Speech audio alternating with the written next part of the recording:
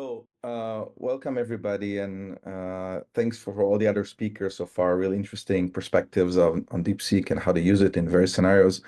As Bill said, my talk will be a little bit different. I'm going to talk about hallucinations, and the reason I'm going to talk about this because it's interesting and it's still one of the most difficult problems for enterprises to solve when applying LLMs to different generative AI use cases.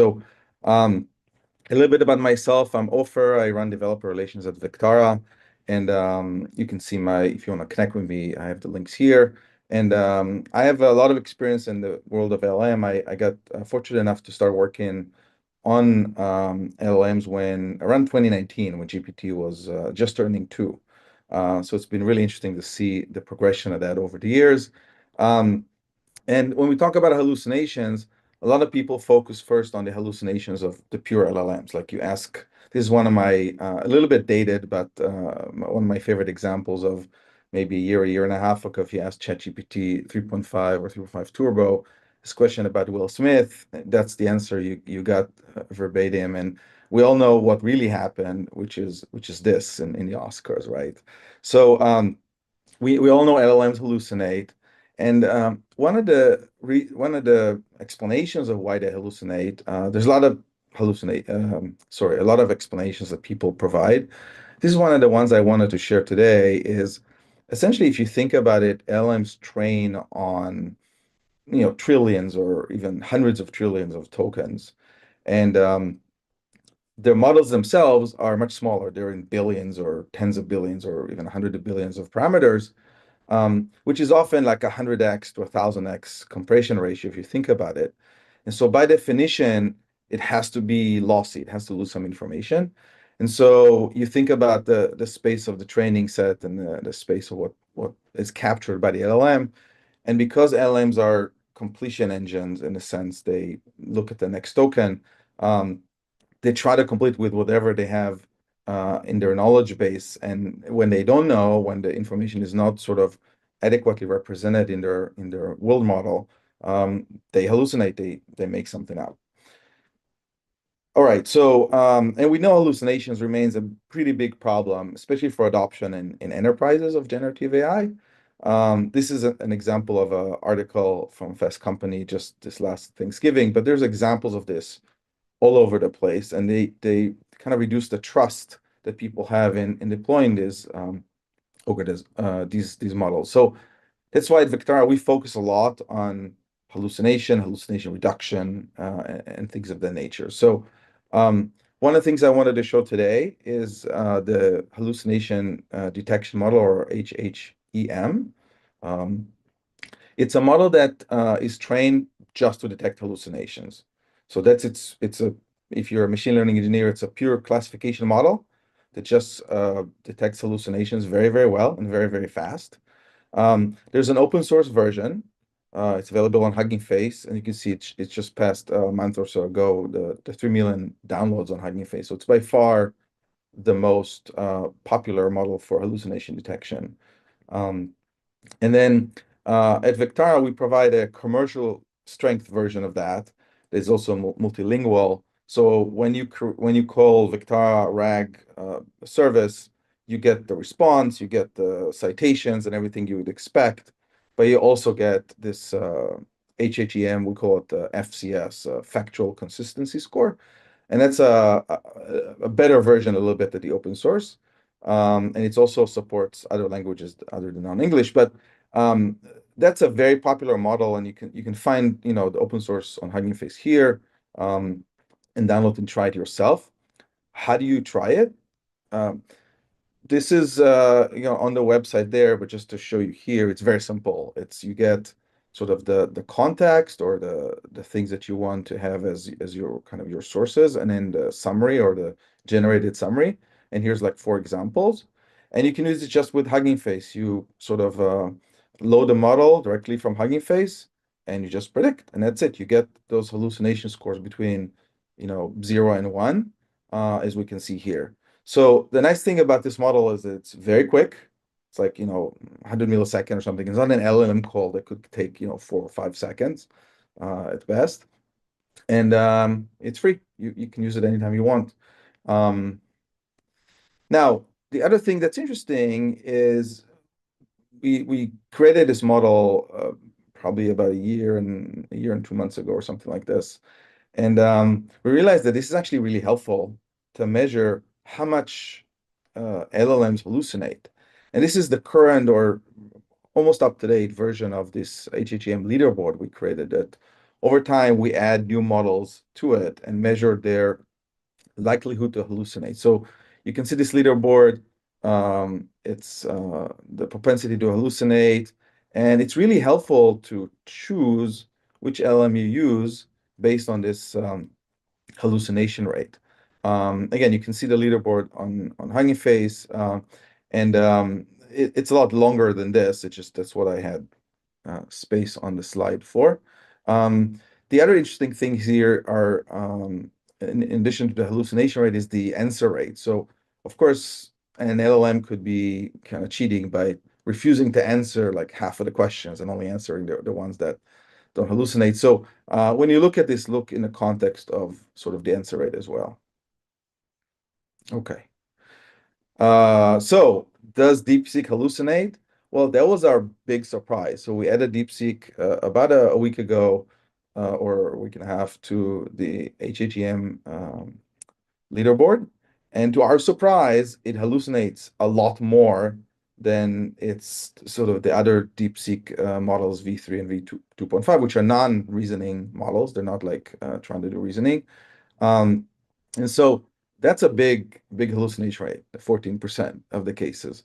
So therefore, we currently believe that it's not such a good choice for RAG or agentic RAG because of that reason. And I'm gonna show you a little bit of what's been discussed in this blog post we posted right after we made this discovery, but I wanted to, save you some of the time reading it, although you can read it afterwards. But just going through a couple of more details about this. This was again a big surprise for us in the Vectara ML team.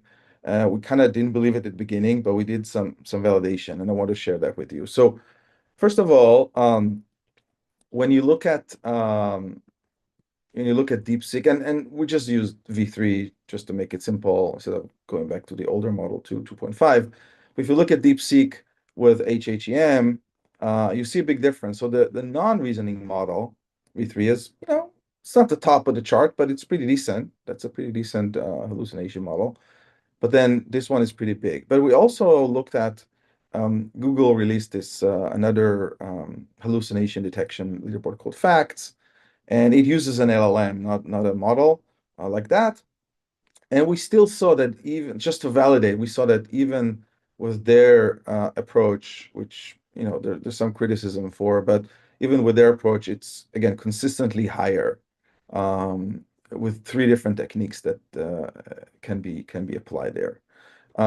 So the conclusion is that yes, R1 hallucinates more than the V3 across all the measurement approaches, as you can see here.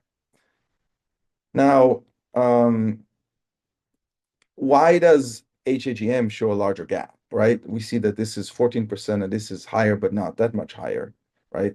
And so there's a lot of other criticisms on the web on using LLMs for these kind of tasks. So that's one thing. But we also looked at sort of all the examples that we had and measured sort of the mean and the median and the standard deviation of the hallucination scores. And what we discovered is that, yes, DeepSeek is higher on both the mean and the median, but its standard deviation is also really, really small. That's the sort of the error bar around those scores. And so based on that, kind of the hypothesis we have, which we're still evaluating, is that R1, DeepSeek R1 produces many more samples that are borderline hallucinated, not like extremely hallucinated, but just borderline than V3. And HHM is able to kind of find those cases more easily, and that's why it increases the hallucination rate so much, whereas the LLM approaches do not. Okay. So this is kind of I put together this table to say, well, is this applied to all reasoning models, not just R1? Well, it turns out that's not always the case. And so since we published this blog post, OpenAI also released O3 Mini. There's a low, medium, high reasoning. And so when you evaluated this immediately took over the first place with 0.8%, which is an amazingly low hallucination rate. And a couple of days later, Google Gemini released their new Flash 2.0, which is 0.7, which took over the first place as well. So it doesn't necessarily mean that, especially with the O3 Mini, that things need to be worse. Um, we don't know what exactly DeepSeek did in that sense to reach that high of a hallucination rate. And I'm personally pretty confident that they'll fix that soon. But at this point, it is kind of high. Here you can see the reasoning model from OpenAI. So reasoning does not necessarily need to mean that you have low hallucination. You just have to care about it when you train your model and make sure that it doesn't happen in this way. All right. Uh, so that's my slide. Just wanted to say, a little bit about Vectara. For those of you who don't know, we're a RAG as a service. So we have a full platform of of models and steps. So instead of building the RAG yourself, you can use our platform through two simple APIs, one to upload your data and one to run queries or chats or agentic RAG or whatever. And we have all the components inside, so it makes things faster, more efficient, and more easy to maintain. Um, the system is available on the cloud, but also can be, of course, on your VPC and on the premise. And that's all I had. If you want to try the Vectara, there's a QR code here, or you can just go to this URL. If it's a developer platform, so I put a link here for our documentation of the API. Join us in our Discord server if you have further questions for me. I'm there. I'll answer some questions now, but if you have other questions we don't get a chance to, you can ping me on our Discord server or just contact us for more information. And thank you for listening. Great, thanks, Ofer. I think we have some questions. Let me bring up the Q&A. You should be able to see the screen, right? Let me stop sharing and then I can probably see. I can't see it. Hold on a second. Can you see the screen? Mm-mm. Different from different tab? Uh, okay, let me try again.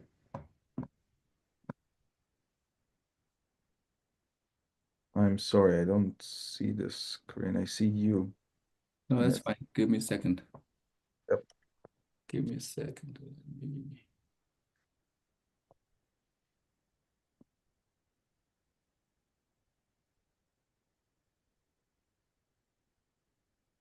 All right. Are you able to see the screen?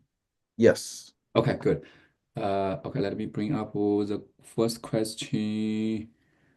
I have a few questions here. Give me one second. Let me see. I'm not sure if this question is for the previous speaker or for you, but you can take a look at it to see if it's relevant to you. Yeah, I can try to answer that. So yeah, I think workflows is maybe specific to Llama Index, and thanks, Lori, for Mm. detailing this. But generally, I would say the question is workflows are kind of semi-autonomous and agents are fully autonomous. How workflow serves the purpose of in your framework. So we have a framework called Vectara Agentic to build agents and agent workflows with Vectara. It's a little bit of a higher level framework that makes it easy to build very quickly and connects very easily to Vectara. And the same concepts of workflows and kind of agentic flows works there as well.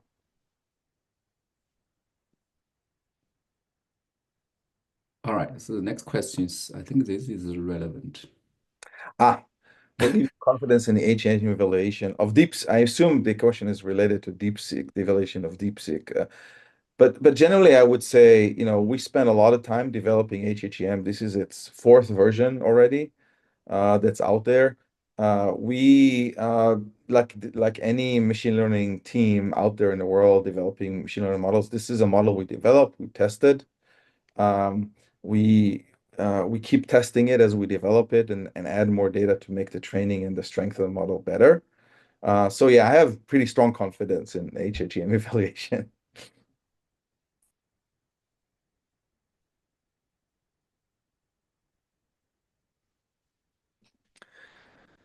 Is the high relation versus other LLMs or even LRMs like O3 Mini could be due to different post-training approach compared to others?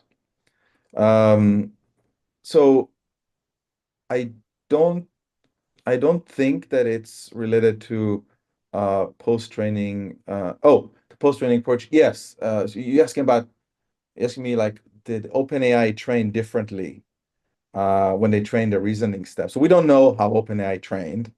We do know how DeepSeek R1 was trained, given the paper they published. So it's hard for me to compare without knowing the OpenAI side, but my guess would be yes, that DeepSeek needed to take some more uh, care to reduce hallucinations when they train.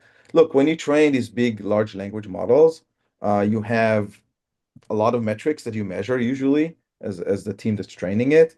And you have to make sure that, as things shift around and you change the weights to be more reasoning, other things don't fall down through the cracks.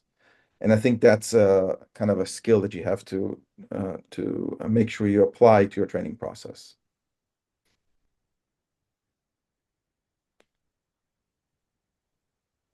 All right.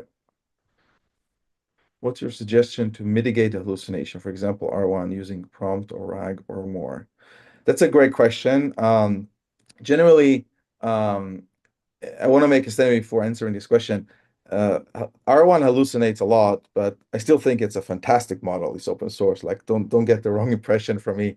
Um, and it is a great model. And I also believe that the hallucinations will be fixed in maybe the next version of that, although I don't know for sure. Um, to mitigate hallucinations, one of the things I would recommend is, again, if you're using Vectara, if you want to try out a Vectara, you can get the HHEM score, and then once you know something is hallucinated, you can take action based on that. You can either notify the user that this response in your RAG pipeline or in your agentic RAG is incorrect. If you're in agentic flow, you might say, "I'm going to ignore this question and ask it the question a different way." Um, you can look of why it was hallucinating, record the hallucinations, and understand why it hallucinated. Um, but also, again, I know people like to use DeepSeek R1. It's great. It's cheap. It's fast, um, relative to the alternatives. But if hallucination is a really big problem for you, if you're in a regulated environment or some enterprise requirements that hallucination does not need to be there, to be honest, I would stay away from it for a while until they fix it.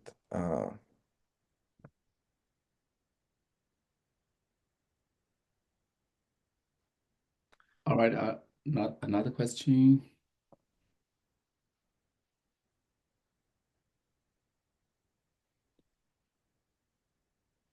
R1 who's integrated is insane. Do you know the reasons? Well, I think I kind of answered that, but let me repeat that. We don't exactly know the reasons. I think one hypothesis in the previous question was that it's because of um, some improvements they might need to do to their training process of R1. Um, and I think that will be my guess too, but it's really hard to say without understanding more details about their training process, etc. And one thing to know to do, we're still investigating this, and so I would expect we might have so keep watch on our blog. We're going to probably try to publish more results um, as we find them around this and share this with the community. Awesome, great. Let me see if we have more questions coming. I think some questions asked about the slides. I think you can share to Great. me. I will share to the attendees. More than happy to share. Yeah, I'll do that right after this.